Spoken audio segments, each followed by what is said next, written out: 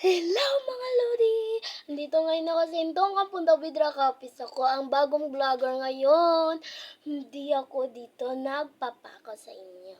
At ako ay mag-graduate no. So grade 6. Ito ngayon ako, hindi ako ngayon tamad.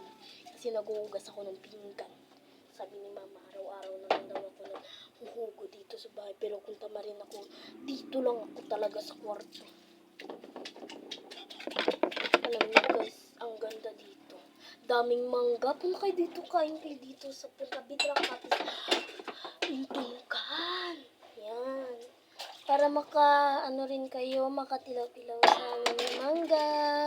Punta na kayo dito.